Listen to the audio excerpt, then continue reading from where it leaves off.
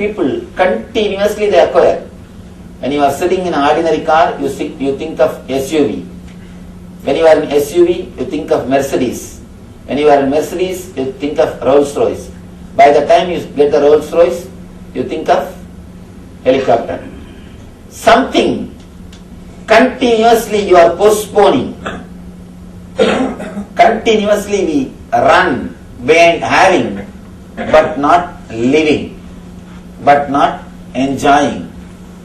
The persons who are centered in the level of I, they are centered in the level of doing, just for the sake of ego. The persons who are centered on having, they are centered in the level of mind. I and mine. I is continuously doing, mine is continuously having. Continuously you try to expand your boundary. Continuously we try to change the outside things.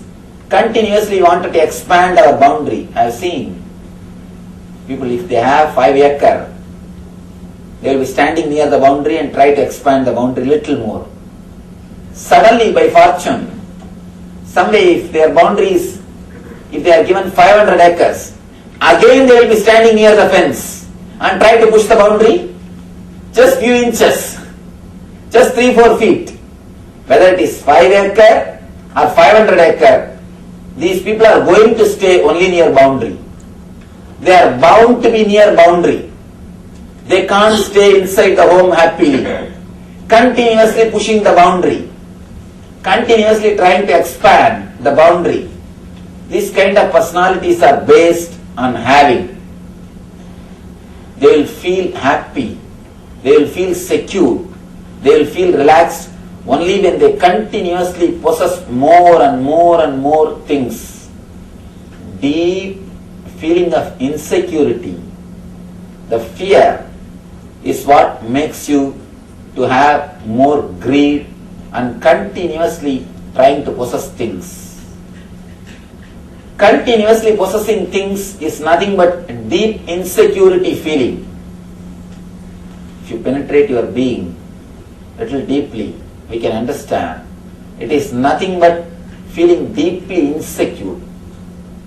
All our possessions, the idea of possessing continuously more and more things is just because of fear, just because of feeling of insecurity. We think, let this be with us, let this be with us. You feel your boundary is more. You feel if you have more things, you will not be taken away from this world.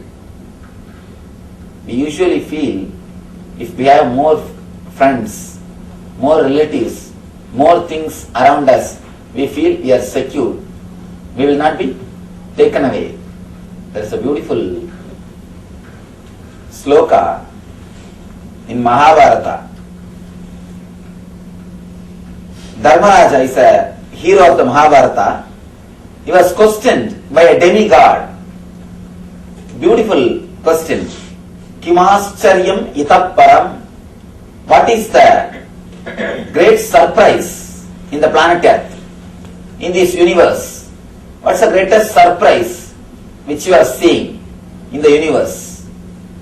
Dharma beautifully answers. Aganyagani bhutani gacchantiha yamamandiram seshastiravischandi kimascharyam itapparam. The running translation goes, every day we are seeing so many beings reaching the abode of Yama.